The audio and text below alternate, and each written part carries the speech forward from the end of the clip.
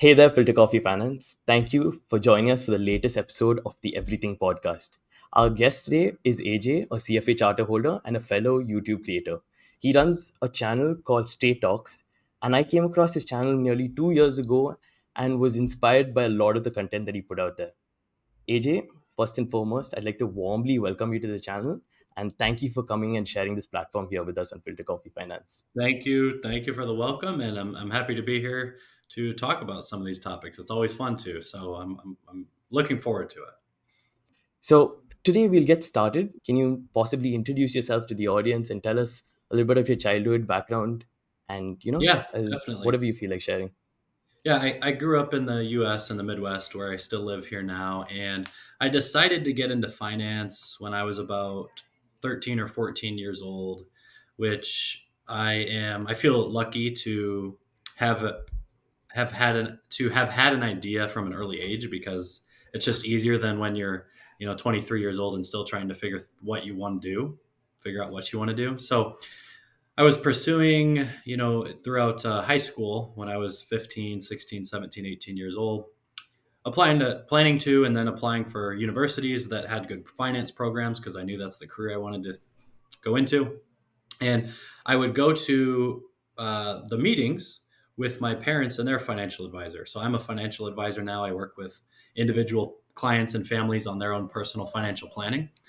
And so my parents had a financial advisor when I was growing up, and I would go with them to their meetings with their advisor and sit in on those meetings. And that's how I really decided that that's the career path I wanted to go down. So stuck with that, went to university, studied finance there, and started applying for internships. And we can talk for days about internships and applying for internships and how to find opportunities. There are good ways to do it. I have a couple of ideas. Mine aren't always the best ideas, but they can work sometimes. And then, yeah, looking for full time jobs after university. So now 22 years old, applied to a bunch of personal finance jobs and ended up at the company where I still work now as a financial advisor. So that's the short background. Wow. So you could almost say like you knew what you wanted to do right from the start. Like having that sense of clarity when you're 13 and 14 years old, it's very rare. Like because people nowadays are still finding themselves, and like by and large, the sense that I'm getting is people don't have that sense of clarity. What Yeah. helped you like decide early on, so early on, in fact? Well, I can't really like say, oh, I read a book or there was one thing that helped me. I just think like by everyone's different by personality, their nature and how their brain works. Everyone's a little bit different. And for me, it's sort of easy making decisions and sticking with things. Maybe that's a generalization, but that's just kind of how I feel. So when I was 13 or 14 years old and I was like, hey, I'm going to be a financial advisor, then that's all I really ever cared about or wanted to do from that point forward. So it was just sort of easy for me, which again, I feel kind of lucky. Some people would say that was a terrible decision and I should have explored, many different career paths. And for them, maybe that's what they should do. But I do encourage young people because I speak sometimes at high schools, to 16-year-olds and then also in college. I would definitely encourage young people to try to figure out what they want to do for a career path sooner rather than later because there's this big mentality, especially in the United States here, that hey, you're young, you're only 20 years old, you don't need to know what you want to do for a career, it's okay to delay that decision. And it is okay, but all that's going to do is cost you more time in university and a lot more money, and you're not going to be able to set yourself up for a successful early career, which is then what builds into a successful sort of middle stage career where I feel like I'm at now. So I encourage people to try to do more real thinking about that type of thing and make those decisions sooner in life rather than later. Yeah. And another thing that I've observed is when you're a little uncertain, there's a tremendous amount of decision fatigue that comes in. Yeah. And that, yeah, and that really prevents you from taking any kind of choice. And by and large, you just go with the flow. So that clarity of thought and having that sense of purpose is very useful, wouldn't you I say? agree. Yeah, it's not super easy to do, but if you can get some level of clarity and start making some decisions at a younger age, that's more likely than not going to help you out. Yes. Tell us a little bit about your experience at university, college or university. What did you major in, and like what were the internships that you took up during that point? Well, I wanted to major in finance on its own, but my grades weren't good enough because the university I went to, they only let the top 50% of students major in the finance major just because it's the most popular. So I sort of got kicked out or moved from the just finance program. And that was fine for me because that program was really geared towards investment banking and private equity type jobs. And that's not what I wanted to do. I wanted to work with individuals and families on their personal finances. So my major ended up being in management with finance. And to be honest, I really did not like university at all because I felt like I wasn't contributing to the world. I was just studying things all the time that were very difficult. I'm not, even though I have the CFA charter now, I'm not really an academic type person. I don't get a big sense of enjoyment or accomplishment out of learning new things. That's just not part of my personality. So I did not enjoy being at university, studying all the time. Not having a job and making no money was not really fun for me. I'd rather Yeah, have a job and get some money because money can buy you freedom and flexibility. So, I just did what I had to do. I spent as much time as I could doing my version of networking, which was kind of like hitting up people on LinkedIn and emails and phone calls asking if I could go intern for them. And yeah, again, I did. My grades weren't very good. I wasn't great at studying at that point in my life. I hadn't gotten a lot of practice studying. I'm far better at that now after having been through the CFA program. So it was I don't want to say I struggled through it because it was an okay time of life, but I definitely didn't enjoy that period of life. And so I kind of just got the credits I needed to get the degree and set myself up with a job so I could get out of there. yeah, I think it was very functional. Sometimes a lot of Yeah, degrees are just there because society decides you need one, and like you just need to go through the process. Is that it? yeah, that's it. I just wanted to get through the process, and I also don't really enjoy partying. So some people go to college and they love hanging out with people and drinking alcohol and partying, but I very much disliked that aspect of it. So that's going on all the time at university. So I was just like annoyed every Thursday, Friday, and Saturday night when there's people partying in the hallways, and I'm just trying to like walk back to my room. That was a Yeah. part of it too. That was some people love it, and that's great for them too. But I just wanted to be done with it. Fair enough. Like, I think that there's like different types of personalities that you meet in college. And by and large, like what happens is there's a huge herd mentality that like, everyone just morphs into like one kind of being towards the end of the 4 years or 3 years and stuff like that. So Yeah, it's kind of nice that you maintained your individuality as well. yeah. I would say one of my core values as part of my personality or just me as a person is that I am and I pride myself in being mostly unaffected by outside factors. And so when I was dealing with some of those things in college, it made it more of a point for me to want to be like, nope, I'm not doing that. I think this is like going to be a uniform team, like because you even mentioned that like you made up your mind very early on, and I Yeah, think that takes a lot of mental resilience, and like you need to like not be distracted by people on the outside, which is so cool.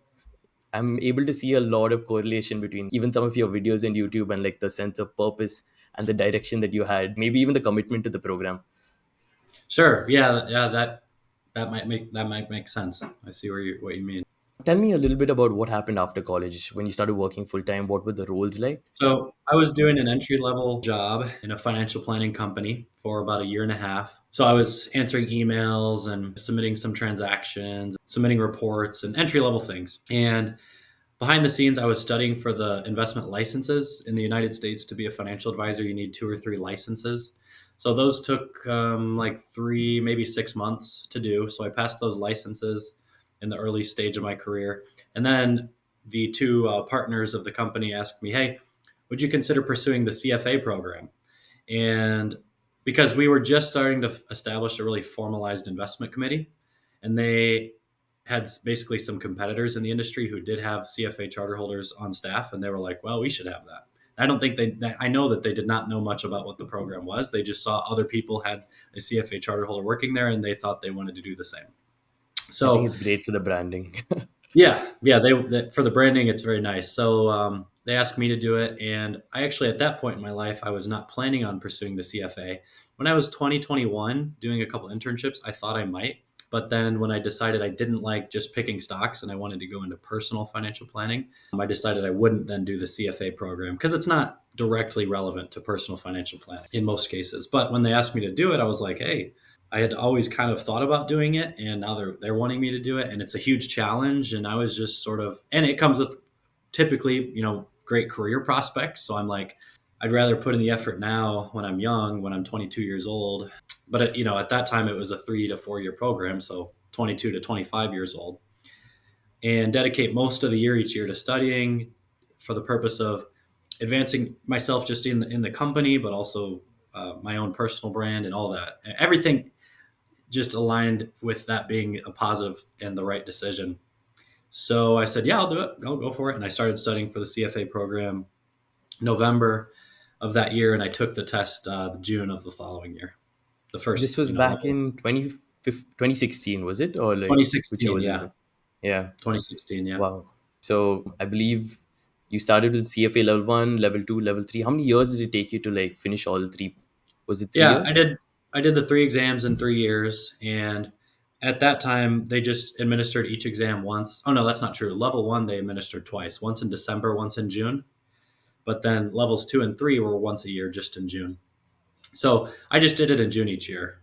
So June of 2017, 2018, 2019. I finished level three in June of 2019. And so I would take the summers off.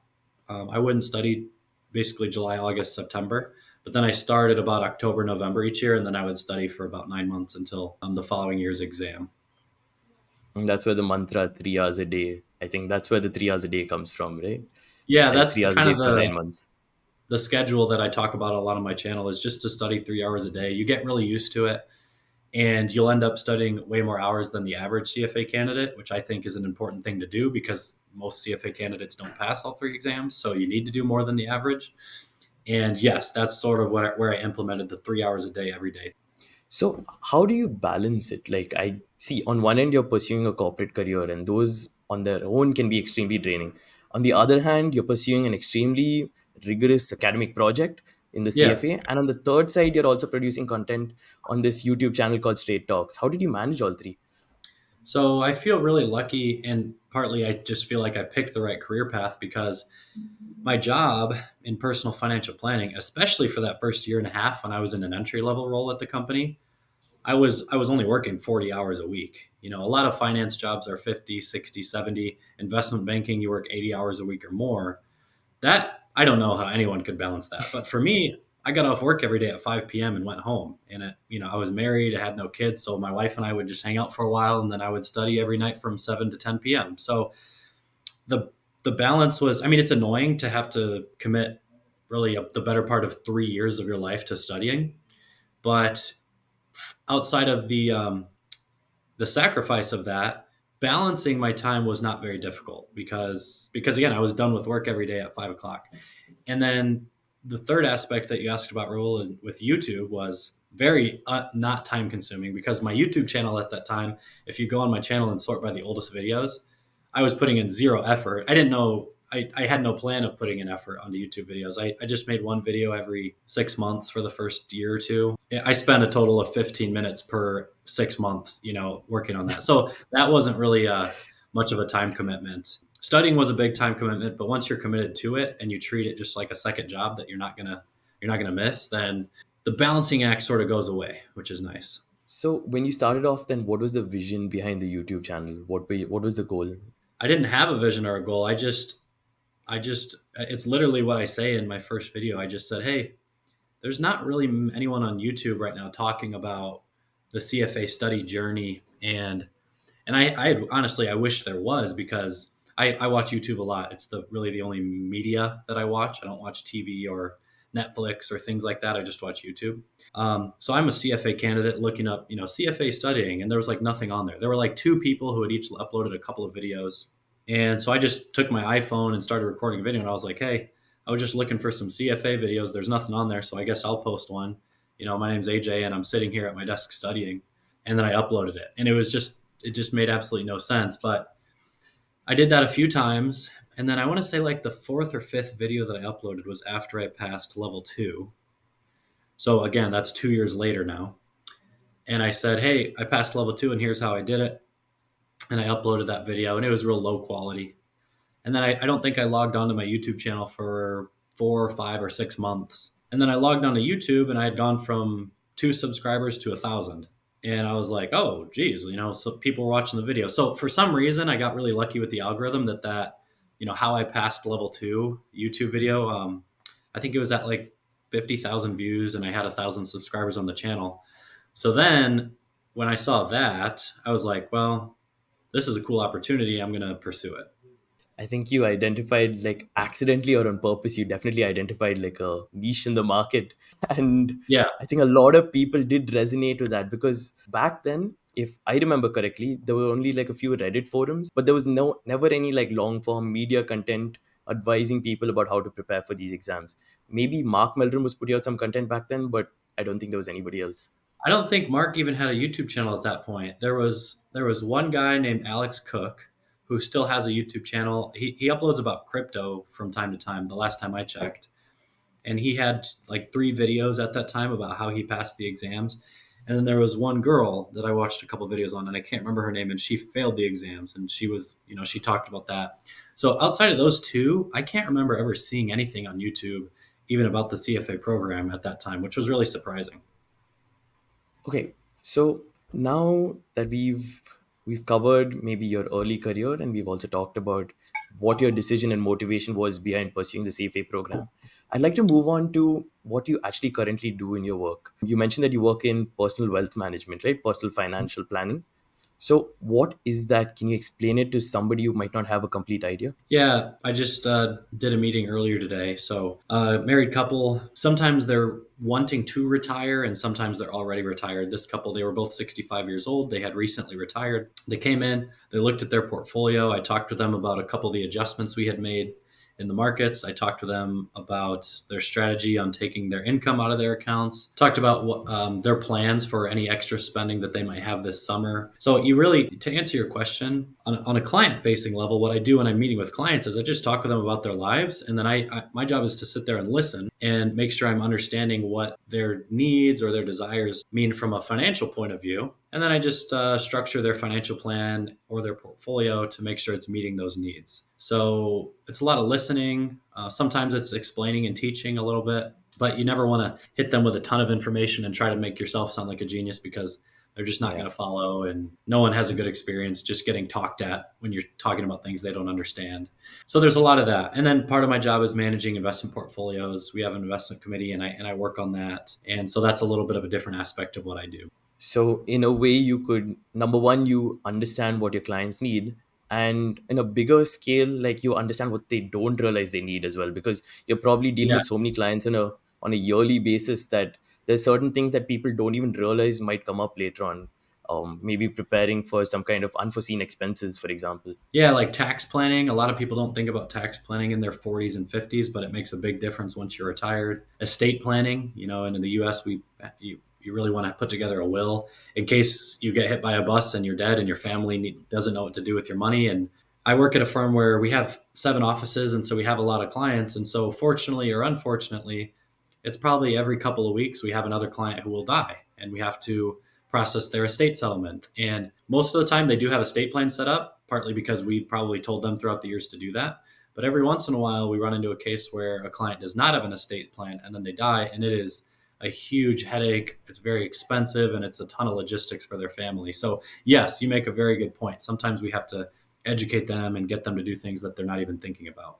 So, does all of this come under the umbrella of personal financial planning? Like, because Yeah, there's a legal aspect to it, there's an investment management aspect to it, there's a behavioral finance, aspect to it. Like, does all of it come under the same umbrella? it does. Yeah, we talk about all these things. Like the legal aspect of an estate plan, you have to have typically a lawyer write the trust or will for you. So I'm not a lawyer. I can't write the document and file it. But there's a lot of planning that goes on behind the scenes before the document gets written that we communicate to the lawyer about the needs of the client or their portfolio and specific assets that they own and how those assets need to get worked into the estate plan. So, yeah, all of this falls into personal financial planning. Would you say like this is how you envision it? Like when you were back in like college, did you envision Yeah. yourself pursuing a career along these lines? Yeah, it's mostly similar. The only difference I would say is on taxes. I spend a lot more time thinking about planning around and talking to clients about taxes than I ever expected that I would. But outside of spending a lot of time talking about taxes, it's basically the same. And like I mentioned, I was going to my parents' meetings with their financial advisor when I was 13, 15, 16 years old. So I had a little bit of firsthand experience in what that would look like. And what I do now is relatively similar to what I saw in that environment early on. Yeah. So if there was somebody who was interested in pursuing a career in like personal financial, like personal wealth management or financial planning, what would you suggest that they do? Let's assume that this hypothetical person's in the age bracket of 18 to 21. How do they hmm position themselves in a way that they can get a career in this industry? So you want to get the university degree that's somewhat related, and it could be economics or even accounting, but you want to get some business related university degree. And in the 2 years, maybe even 3 years leading up to being done with university, you should really start looking for internships. So my big two tips for that age bracket that you asked about are to get summer internships while you're not in college, you are still working in the industry. And then while you are in college, be involved in the clubs on campus. Hopefully, there are some business or finance related clubs at your college or university because you can get some helpful experience, and having those things on a resume can kind of set you apart. So, always sending LinkedIn messages, emails, phone calls, bothering people to try to ask about if they would give you an internship, and then also always staying active in the clubs related to these things are two ways you can really set yourself apart. What's the value of pursuing the CFA program when you want to get into wealth management, private wealth management specifically? Oh, if you want to get into private wealth management, the CFA program is not as valuable as the CFP. It can be valuable if you're going to have an investment related role within the company, which is what I have, but it's not necessary and there's not a ton of overlap in the content. So in wealth management, the CFA designation is not all that valuable. Why do you think the CFA Institute has made it more accessible? Because the theme that I'm seeing is they've not only increased the frequency of exams, they've also, how They do I expanded frame? the scope. Yeah, they've expanded the scope like crazy. Why do you think they're doing that? What's the goal? That's a debated topic. I have a couple of theories. I've talked about them on my channel. I've also talked to Mark Meldrum about this a couple of times. We don't really know. Maybe he has much more closer ties to the institute than I do because he's one of the prep providers. But my best guess is that they want it to be more of a ecosystem that someone can exist in, and that many times may mean pay more exam fees throughout the years. I'm not saying that's the sole motivating factor, but if it's something you can do throughout the year and even younger when you're in college, or if people started doing it when they're older and the exams are easier to do, it's just it's more accessible and it changes what the CFA program is a little bit. It's no longer this sort of what I've always called like a once per year gauntlet that you have to go perform in. It's more of an ecosystem that you can operate in, sort of like being in university. Someone may consider themselves as being in the CFA program, and they might take an exam and fail it a couple times and then pass and then take the next one. And you can do those things more often, and it creates more total exam sittings, I think, and it makes things more accessible. Say I'm somebody in college between the age of 18 and 21. I want to get into private wealth management. Do you suggest I pursue the CFA program or not? Like just focus on my No, internships? yeah, internships and experience are most important in college. And then the last year to 2 years, networking and trying to actually Definitely. land some opportunities is most important. And then let the position you land in tell you what they need. If they need you to do licensing exams, if they want you to do the CFP, or if they want you to do the CFA, my recommendation would be to go with that, assuming you want to kind of be the person providing the most value to the company you're working for as possible. Yeah, in wealth management, I would not say the CFA should be a priority. Other fields, the CFA may be a priority. But to your question about taking it earlier in college, I don't think that's necessary because a lot of these companies that are hiring finance students, they're hiring you into a more entry level position, not a middle level position. So they don't expect you to already have passed 2 levels of the CFA program. And unless you have a lot of extra time, sure, go for it. I think you need to be focusing on those other things we've been talking about and not studying for CFA exams while you're in university for the most part. I think there are much higher ROI activities that you can actually participate in. Yes. Like you said, what would you prioritize? Like, if you want to get into this rut of just studying and going through examinations and not actually dealing with like actual networking, doing the working on your technicals, working on your personality skills, for example. That's a very good point. I hadn't even thought about that yet, but that's very true because it's tricky. I wasn't a very good speaker. I wasn't very good at talking to people when I was 20 years old. I was okay at it, but some people are relatively less talented in that area and they're very shy and they can't make or hold a good conversation, especially with kids who grew up on iPads. Let's say everyone that's 10 to 20 years younger than me. So, yes, becoming good at talking and having conversations with adults is a very important skill to have through all of this. You're right. And I would say, even that, I agree, is a higher ROI activity to practice on. So, to practice that, you could just go to office hours with your university professors and talk with them. You don't have to pretend like you're talking about some subject. You can talk about questions around that course, but it's still going to be practice in actually having conversations with people. I think watching YouTube videos is helpful too, like how to carry yourself or conduct a great interview. There's tons of YouTube videos about that. That can be very helpful. All those things are important in order to get a good job after university. True. Would you say, like, I'm kind of interested in this entire thing about like where you focus your energy on? Would you say there are any downsides, like in your experience during the 3 years that you were preparing for the CFA exam? Were there any downsides of pursuing the program? Like, did you feel like Oh you yeah, missed out on anything? yeah. I missed out on a lot. I missed out on ages 22 to 25. I feel like now I did have the summers, like I said, so I wouldn't study during the second half of June. I wouldn't study during July, and I would study during August. So I had that period of time where I had evenings and weekends. But I mean, tons of family events, tons of times I could have hung out with my friends. I didn't do much physical activity. I get a lot of questions on YouTube. How do you stay fit? How do you find time to go to the gym? I'm like, I didn't. I It's just didn't just the do that at that genes. in that stage of life. So yeah. So yeah, you miss out on a lot to commit that much study time. You miss out on a lot. Now, some people are able to study for 200 hours and pass the CFA exams, but those are people near the top echelons of IQ. And 99% of us, including myself, are not there. So the average CFA candidate, who's already probably a more intellectual person than the average human, the average CFA candidate just needs to study a whole lot more than 300 hours to give themselves a good chance of passing. So there is a big downside to doing that. Yeah, you're going to miss out on a lot. Yeah, and there's definitely, when it comes to the case of people who study like 150 hours and pass, right? There's definitely a case of the people who are successful, they're definitely going to be more vocal about it. Anybody who studies 150 hours and fails, it's not like they're going to go and broadcast it out in public. Yeah. So, like straight away, you're fooling yourself over there. Like there's this saying, like success has many fathers, failure has none. So, Mm, like if somebody worked that way and pulled it off, like you'll hear about it. They'll make sure you hear about it. Whereas you yeah. won't hear about any of the failure cases who studied 100 hours, 150 hours, and didn't pass. I Right. don't think that's the norm at all.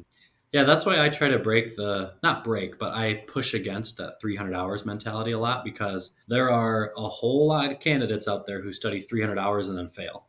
And to your point, you just don't hear about that. So, yeah, in order to give yourself a higher probability of passing, you got to do more than that. So, as we come to the end of this video, I wanted to ask you, do you have any tips that you'd want to give to your younger self or tips to any younger students watching this video? That's a good question. Yeah, I probably have some things I would have told myself. I probably have some things I would have done differently. I recently did a video on things I learned in my 20s because I just turned 30, but none are coming to mind for me right now.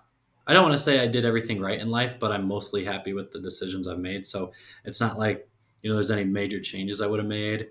So try not to be an options trader on Robinhood and lose thousands of dollars in short order. And everyone on the internet makes it seem so easy. I lost money doing it. So, but that was kind of a small thing in the big picture. Yeah, sorry, I might just have to refer to old videos. Nothing's coming to mind, but there are definitely some things. Yes, everyone probably should have some things to reflect on and say, okay, what am I going to do differently in the next decade? Any thoughts about any investment advice apart from the Robinhood trades, like trade strategies that you follow that you just realized don't make sense? Not strategies, just overconfidence. There were periods in the last 10 years where I've felt like, oh, I know what the outcome of the stock market's going to be.